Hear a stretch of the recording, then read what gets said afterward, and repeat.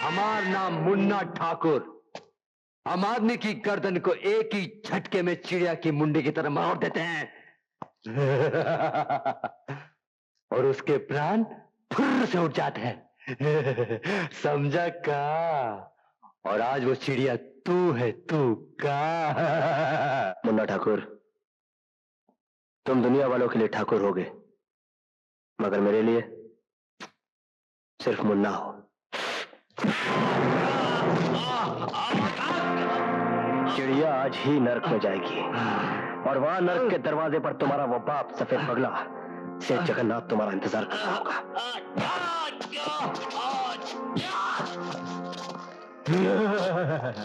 जगन्नाथ नर्क में नहीं, यही तुम्हारी लाश देखने के लिए जिंदा है का? और आज आज ही मुन्ना ठाकुर तो हर वास्ते यमराज बन के आए। मिस्टर वफादार गुप्ता, ये तुम्हारा असली नाम है? 100% असली सर। दरअसल हमारे एक वफादार कुत्ते की मौत के बाद मेरे माँ बाप ने मेरा नाम रखा वफादार गुप्ता। नाम वफादार है, लेकिन अपनी वर्दी और ओहदे से गद्दारी कर रहे हो। मैंने क्या किया सर? तुम घर की खबरें दुश्मनों तक पहुंचाते हो। मेरे पास रिपोर्ट आई है। तनख्वाह तुम सरकार से लेते हो, लेकिन नौकरी तुम उन गद्दारों की करते हो। एक बात याद रखना गुप्ता, घर का भेदी लंका ढाता है और मैं लंका ढाने वाले भेदियों का नामो निशान इस डिपार्टमेंट से मिटा देता हूं, समझे? सर, मेरे नाम का ये निशान आप देख रहे हैं? वफादार गुप्ता। और आप मेरी वफादारी पे शक कर रहे हैं? मेरी नहीं सर, आप मुझ पे शक नहीं कर रहे, पूरे डिपार्टमेंट पे शक कर रहे हैं। सर, आप खुद अपने आप पे शक कर रहे हैं, सिर्फ इसलिए सर कि मेरी वर्दी पे ये नेम प्लेट लगी है और आपकी वर्दी पे ये मेडल। सर, मेरी जिंदगी का एक ही मकसद है, ये मेडल हासिल करना, और उसके लिए अगर मुझे शहीद होना पड़ा सर, तो मैं हंसते हंसते फांसी पर चढ़ जाऊंगा सर।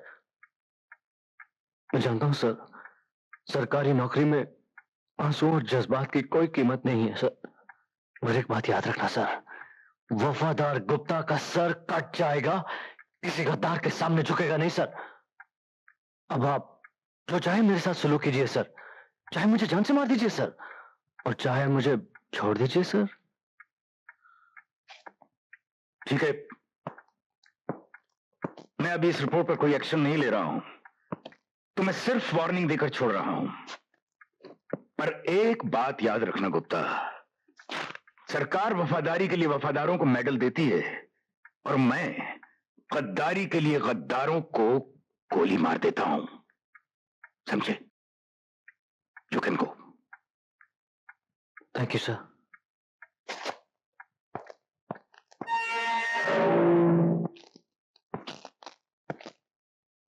संजय, मैं तुम्हें रिहा करने आया हूं। इस मेहरबानी की वजह? सिर्फ मैं जानता हूं कि तुम गुनाहगार नहीं हो, बल्कि बना दिए गए हो। मैं अपनी जिम्मेदारी पर तुम्हें छोड़ रहा हूं, ताकि बाहर जाकर तुम अपने आप को बेगुनाह साबित कर सको और असली गुनाहगारों को सजा दिलवा सको। देखो, ये तुम्हारा इम्तिहान है, जिसके नतीजे का इंतजार मुझे रहेगा।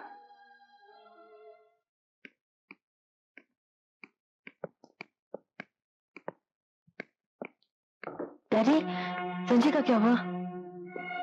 एक पुलिस ऑफिसर होते हुए भी एक अपराधी के लिए इतनी बेचैनी ताजुब है। डैडी, संजय अपराधी नहीं, निर्दोष है। वो मेरी जिंदगी है, आप समझने की कोशिश क्यों नहीं करते? देखो, मेरे समझने ना समझने से कुछ नहीं बनता, इसका फैसला तो कानून करेगा, और कानून तो तुमने पढ़ा है। मगर मेरे दिल ने कानून नहीं पढ़ा है। दिल और कानून, कानून और दिल एक अजीब गोरखधंधा है, नहीं? दिल कानून को नहीं मानता और कानून दिल को नहीं मानता। तो फिर आप मेरे सब्र का इम्तिहान क्यों ले रहे हैं? बेटे, मैं नहीं, तुम्हारी मोहब्बत तुम्हारा इम्तिहान ले रही है, क्योंकि जिंदगी के सफर में तुमने पहला कदम रखा है और मैं तजुर्बे की आखिरी मंजिल पर खड़ा हूं।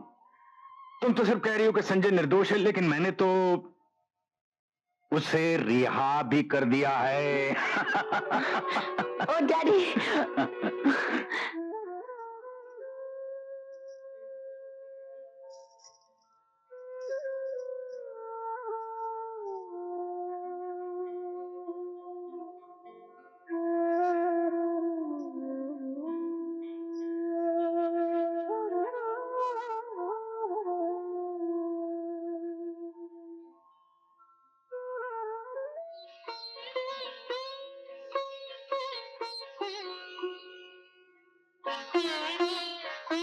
संजय, तू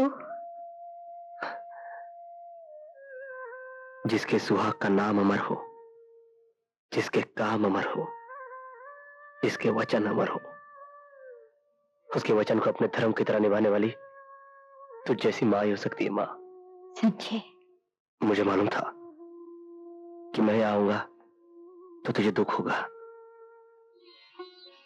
मगर तेरे दुख में मैं नहीं आता तो मुझे कभी शांति नहीं मिलती।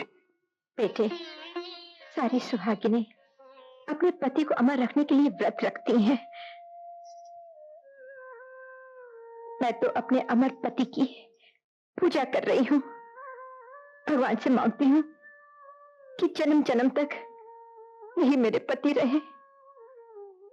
एक तूने अपने पिता का नाम, उनका धर्म, उनके सपने सब कुछ मिट्टी में मिला दिए। बोल बेटे, तू ऐसा क्यों कर रहा है? क्यों कर रहा बेटे? क्यों कर रहा है? क्यों कर रहा है?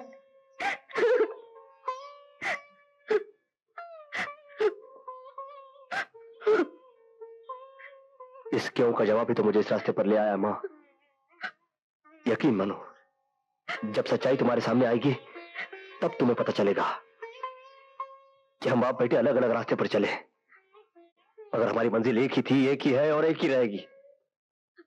सिर्फ सोचने का नजरिया अलग था, मगर हमारा मकसद एक ही था, एक ही है और एक ही रहेगा। मुझे आशीर्वाद दो मां कि मैं अपने मकसद में कामयाब हूं। आशीर्वाद दो मां।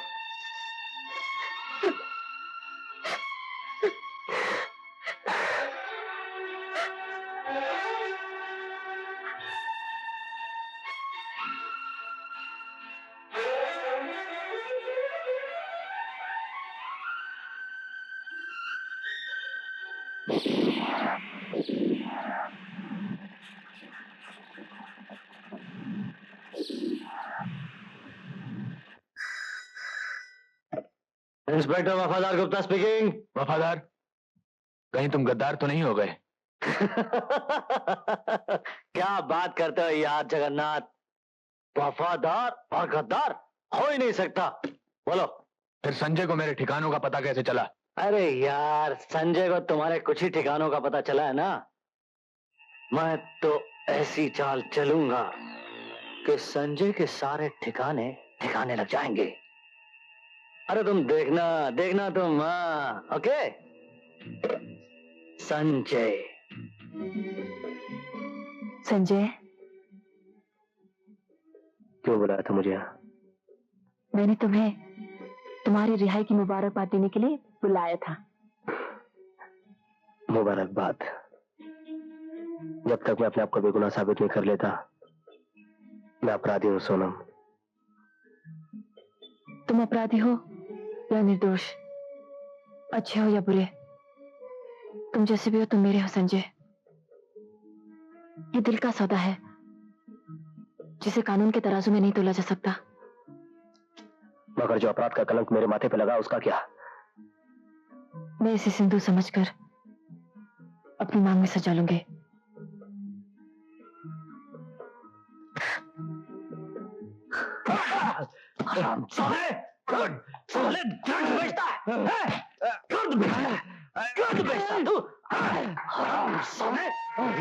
मत मारो, मुझे मत मारो। मैं आप जो कहे करूंगा, मैं आपके काम आऊंगा। मेरे काम आएगा, मेरे काम आएगा। Inspector Sonam, commissioner of police दुर्जन सिंह पुलिस की ड्यूटी के अलावा और भी बहुत सारे काम करते हैं, आप तो जानती होंगी। क्या बकवास कर रहे हो तुम? I understand. जब पुलिस कमिश्नर ही अंडरवर्ल्ड के लोगों के साथ मिलकर गैर कानूनी काम करे और अपने ही घर में गैर कानूनी सामान रखे, तो एक ऑफिसर को तो यह बात बकवास ही लगती होगी। I understand. अगर ये इंफॉर्मेशन गलत निकली तो अपने रिवॉल्वर की पहली गोली आप मेरे सीने में उतार दीजिएगा, लेकिन अपनी वर्दी के फर्ज को तुम्हें आज ही निभाना, inspector Sonam. All the best. Bye.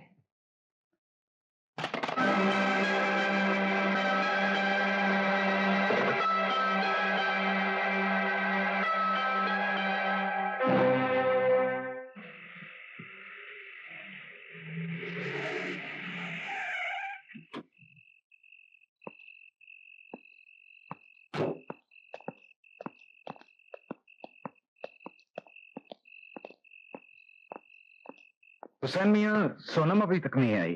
Police वालों की सुबह का शाम क्या सरकार, आती होंगी।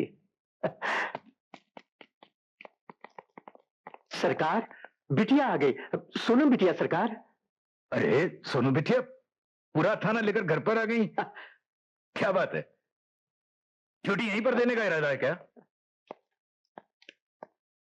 मेरे पास आपके घर का सर्च वारंट है कमिश्नर साहब। यस।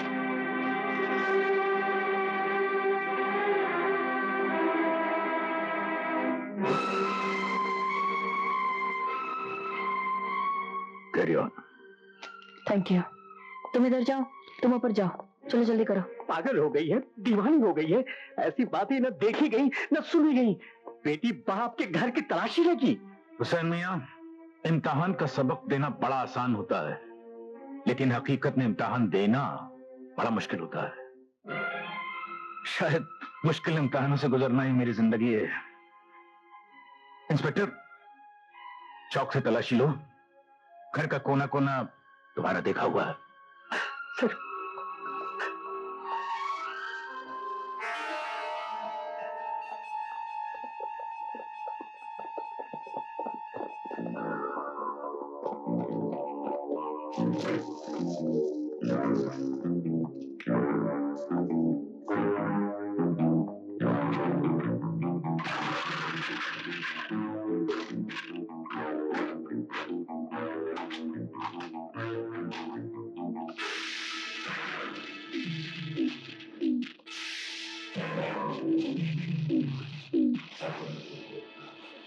ये सब क्या है?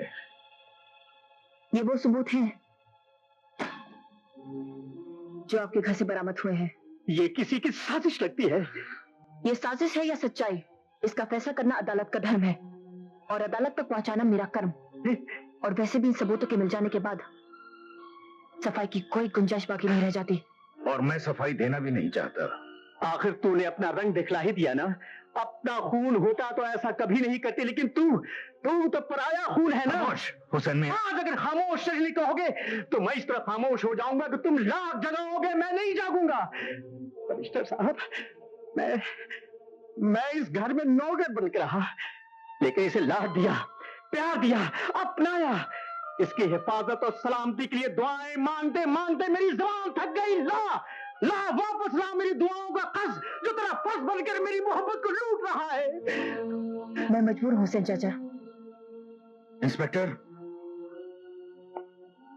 एक बात याद रखना, इन हाथों ने हमेशा मुजरिमों को हथकड़ियां पहनाई हैं।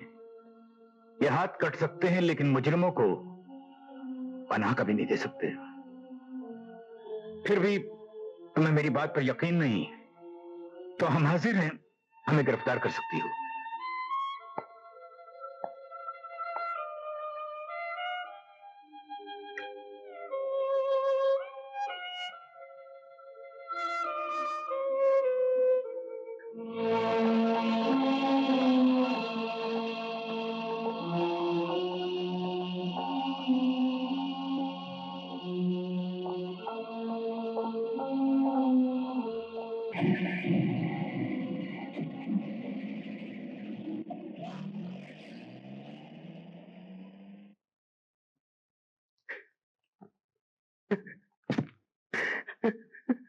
या अल्लाह, तू तो जानता है कि मालिक बेकसूर है।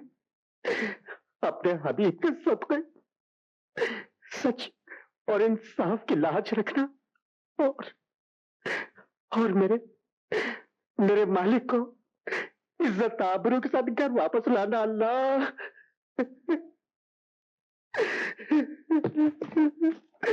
या अल्लाह।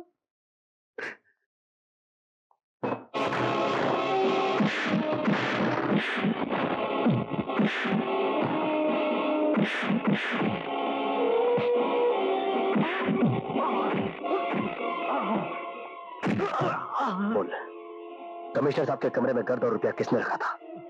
बोल।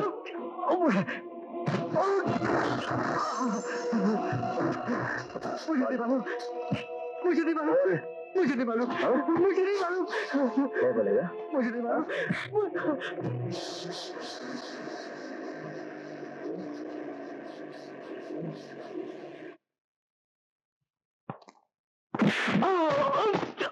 सोनम, यही वो जलील जिसने अपने आप को बेचकर कमिश्नर साहब के कमरे में गर्द और रुपए छुपाए थे। अरे साहब, वो क्या है साहब? हरामजादे, तूने हमारे ईमानदार कमिश्नर साहब को फंसा। वो शख्स जिसने जिंदगी में हराम का एक पैसा नहीं देखा, उसको सलाखों का कमरा दिखाया। मैं तुझे मिस्टर गुप्ता। सोनम जी, इस आदमी ने हमारी इस पवित्र वर्दी पर कीचड़ उछाला है। इससे पूरी तहकीकात मैं करूंगा, इससे हकीकत मैं निकलवाऊंगा। देवता जैसे कमिश्नर साहब पर इल्जाम लगाता है, कुत्ते। सोनम, ये था मेरा पहला तोहफा। संजय,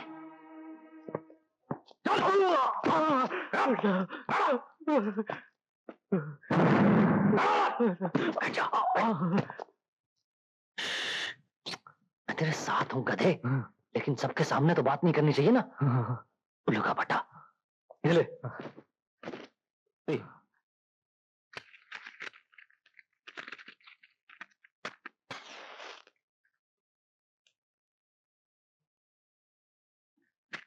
सुन, ये तेरे को छोड़ रहा हूं ना, उसके पेपर पे साइन कर दे। लिखना आता है ना? शाबाश शाबाश। चल जा जा जा जा।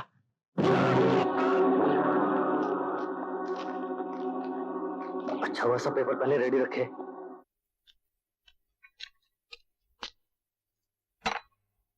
हुसैन चाचा, मेरे सर पर हाथ रख के कसम खाइए और बताइए, आपने मुझे पराया खून क्यों कहा? क्या मैं पराया खून हूँ? बताइए हुसैन चाचा, आपको बताना पड़ेगा। आज हुसैन अपनी जबान पर से ताला हटाएगा वो अपने मालिक के लिए, जो इंतहाई घनाओनी और नापाक साजिश का शिकार हो गए। मेरे मालिक इंसान नहीं, फरिश्ता है। अगर वो तुम्हें अपने दामन में पनाह न देते तो जमाने के थपेड़े तुम्हारी धज्जियां उड़ा के रख देते, और आज जिस मुकाम पर तुम खड़ी हो वहां तुम कभी ना पहुंचती, और तुम्हारी मां के सारे ख्वाब चूर चूर हो जाते, बिखर जाते।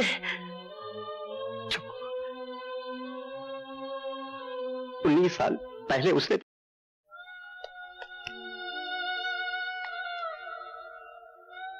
शीतल, आंसू बहाकर मेरे प्यार को छोटा करना चाहती हो? प्यार कभी छोटा या बड़ा नहीं होता। प्यार तो प्यार होता है। जीते जी मैं तुम्हें कुछ नहीं दे सकी, मरने से पहले मैं तुमसे कुछ मांग रही हूँ। शीतल, बोलो मैं क्या कर सकता हूँ तुम्हारे लिए? इसका बाप तो बाप है, उसके पास इसकी परवरिश होगी तो ये भी गुनहगार बन जाएगी। मैं चाहती हूँ कि तुम इसकी माँ और बाप दोनों बन जाओ। तुम यही सोच रहे हो ना, किसी और का चिराग जलाकर तुम अपनी जिंदगी में और भी अंधेरा कर दोगे। किसी और का चिराग जला देने से अपने चिराग की रोशनी कम नहीं हो जाती। बल्कि और बढ़ जाती है।